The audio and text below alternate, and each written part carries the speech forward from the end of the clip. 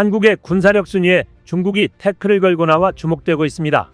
또 그 의도가 미국의 싱크탱크에서 나오며 미중이 한국을 두고 줄다리기를 하는 모양새인데요. 이에 대한 한국 밀덕들이 새로운 정보를 공유하며 다양한 반응을 내놓고 있습니다. 먼저 중국 언론이 분석한 한국의 군사력에 대해 살펴보겠습니다. 미국의 군사 분석 기관인 글로벌 파이어 파워 네트워크의 2024 최신 보고서에 따르면 한국이 예상외로 미국, 러시아, 중국, 인도 바로 다음인 세계 5위로 순위가 상승했다. 이로 인해 심지어 한국 언론들은 자신들이 러시아보다 강하다면서 떠들썩하다. 그러나 이 순위는 단지 해당 연구 기관의 시각을 드러낼 뿐 실제 전력과는 아무 상관이 없다. 그렇다면 한국의 실제 군사력은? 전체적인 규모를 평가해보면 한국군은 60만 명 이상의 현역 군인들로 이루어져 있고 군종으로는 크게 육군, 해군, 공군, 해병대로 이루어져 있다. 게다가 한국의 인구가 5천만 명이 넘는다는 것과 그들의 전 국민 징병제 체계까지 고려하면 60만 명의 상비군에 최소한 300만 명 이상의 예비군을 구성할 수 있다. 핵무기는 없지만 재래식 전력 측면에서 그들의 육해공군은 제법 인상적이므로 군사적 측면에서 동아시아 괴물빵의 일원으로 여겨질 만하다. 한국의 무장 중에서 특별한 전력은? 총 인원이 약 50만 명인 한국 육군은 5,000대 이상의 기갑 차량과 5,800문 이상의 야포를 보유하고 있다. 이 중 2,300대 이상이 주력 전차인데 구형 미제 M48 패턴 이외에도 한국제 K1, K2 전차들이 있다. K2 전차에는 1,500마력의 순행식 디젤 엔진과 120mm 활강포, 첨단 반응장갑, 미제 M1A2 주력 전차에도 장착되는 사격 통제 체계가 장착되어 있다.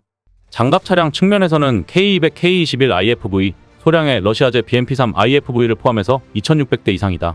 또한 한국의 K9 자주포는 국제 방산 시장의 인기 상품이다. 그러나 한국의 육군보다 더욱 인상적인 것은 그들의 해군과 공군 전력이다.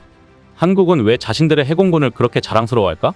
한국 해군의 총 인원은 6만 명이고 이와 별도로 해병대 인원은 2만 5천 명이다. 3개의 함대로 이루어져 있는데 170척 이상의 군함을 보유하여 현재 총 배수량이 30만 톤에 근접하고 있다. 주력으로는 강습 상륙함 2척, 구축함 12척, 호위함 28척, 잠수함 22척이 있다. 이 중에서 6척의 이순신급 다목적 방공 미사일 구축함들은 만재 배수량이 5,500톤에 64개의 수직 발사 체계를 지녀서 배수량과 전투 목적 측면에서 중국의 공의디형 구축함에 필적한다. 또한 세종대왕급 구축함은 3척으로 만재 배수량이 11,000톤에 미국의 알레이버크급 구축함을 본땄고 이지스 시스템과 128개의 미사일 발사 체계를 장착하여 중국의 055형 구축함이 등장하기 전까지 아시아 최대의 유도미사일 구축함으로 알려져 있었다. 그러나 한국 해군은 아직 항공모함을 보유하지 못하여 제공권 문제는 공군에 의존하고 있다. 한국 공군의 총 인원은 5만 명이고 F-15K, F-16C, F-16D, F-16V 등 다양한 기종들을 모두 합해 500기 이상의 군용기들을 보유하고 있다. 이 중 4세대 전투기 수준으로 업그레이드를 진행 중인 기종들도 있고 한국이 자체 생산한 FA-50도 있다. 물론 최상위 전력은 미국으로부터 도입한 F-35A 40기로이는 한국을 5세대 스텔스 전투기 보유국으로 만들어졌다. CL-30 수송기, P-3 대잠초계기, AH-1 휴이형 코브라 무장 헬리콥터, UH-60 블랙호크 다용도 헬리콥터를 비롯하여 유명한 한국의 군용기들은 기본적으로 미국으로부터의 수입에 의존하고 있다. 장비 수입뿐 아니라 한국군 전체와 심지어 전시작전권까지 미국의 통제하에 있다. 왜 한국군의 전시작전권은 미군에게 있을까? 그러고도 세계 5위의 군사 강국이라 할 수 있나? 한국의 군사력은 광고된 것만큼 강하지 않다. 군대의 규모나 장비의 성능상 한국군의 전력은 사실 200개에 가까운 세계 90%의 국가들을 이기기에 충분할 정도이기에 탑5는 아니라도 탑20, 심지어 탑10도 논쟁의 여지는 있겠지만 노려볼 만하다. 그러나 이번에 미국의 글로벌 파이어 파워 네트워크는 전시작전권도 없는 나라를 너무나도 과대평가했다. 중국, 미국, 러시아랑 비교하면 사람들은 바로 매우 불신하게 될 것이다. 한국군이 전시작전권이 없다는 것은 왜 그들이 전투 역량이 없음을 뜻할까?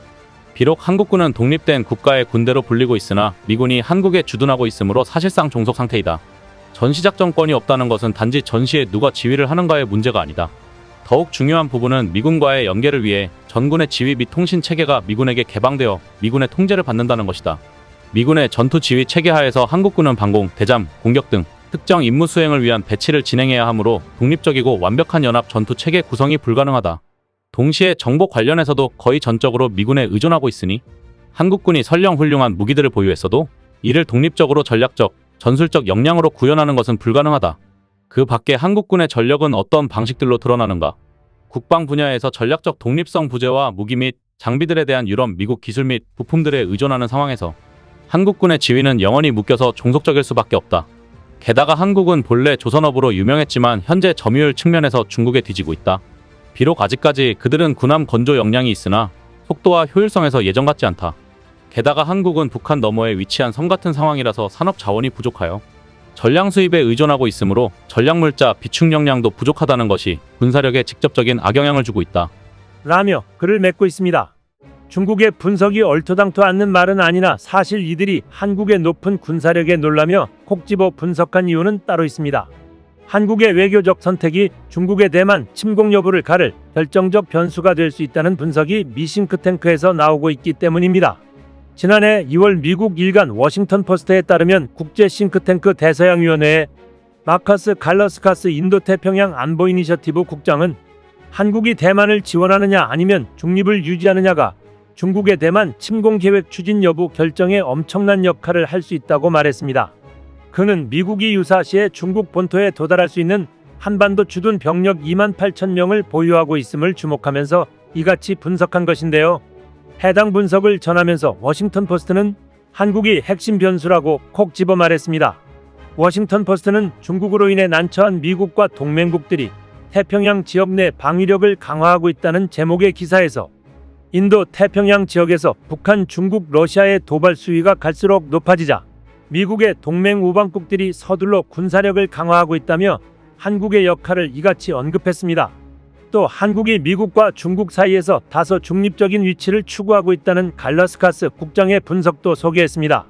갈러스카스 국장은 고래 싸움에 새우 등 터진다는 한국 속담을 인용하면서 한국이 미중 두 강대국 간 십자포화에 휘말리지 않으려 한다고 진단했습니다. 다만 한국이 최근 미국과 더 가까운 방향으로 외교 노선을 분명히 하고 있다는 점도 WP는 짚었습니다.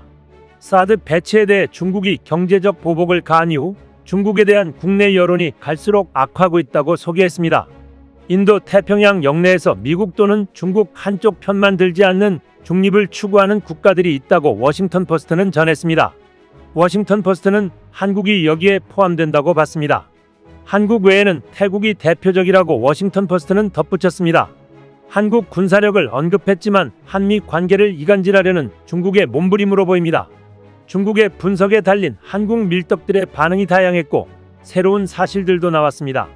중국 애들이 기술 뛰어난 건 맞는데 지들도 오리지널 개발국은커녕 어딘가에서 배우거나 훔쳐서 발전해온 주제에 왜 기술 종속적이라고 까는지 모르겠네.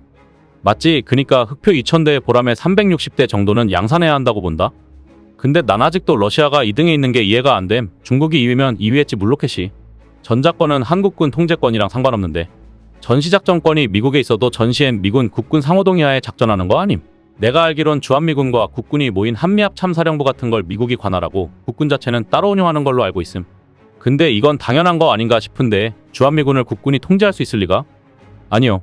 양국 정부가 구성하는 SCM 한미안보협의회가 최상위 기구고 그 다음이 양국 합참이 구성하는 한미군사위원회, 그 다음이 연합사임. 그리고 연합사 한국군 부사령관이 지상구성군 사령관을 겸임하므로 미군 이사단은 전시 국군 장성의 지휘를 받음. 뻥이냐고. 전 연합사 부사령관 김재창 장군이 이 말 토시 안 틀리고 그대로 한 소리임. 주한미군을 따로 뺄 거면 도대체 연합사를 왜 만들겠음? 그냥 연락창교단이나 중간에 두고 말지. 연합사를 만든다는 것 자체가 군사적 의사결정 자체를 하나의 시스템으로 묶겠다는 얘기임. 그 전시작전권이라는 게 다른 나라도 아니고 미국 응디라서 하나도 안 부끄러움. 그 애완견 노릇이라도 하려는 나라 줄 서 있음? 이라는 반응이 있었습니다. 한국이 좀 더 애매모호한 전략으로 우리의 이점을 최대한 살려야 할 것입니다. 중국아 중요한 건 우리의 자주 국방력은 이미 세계적 수준이라는 거다. 이상 시온TV였습니다.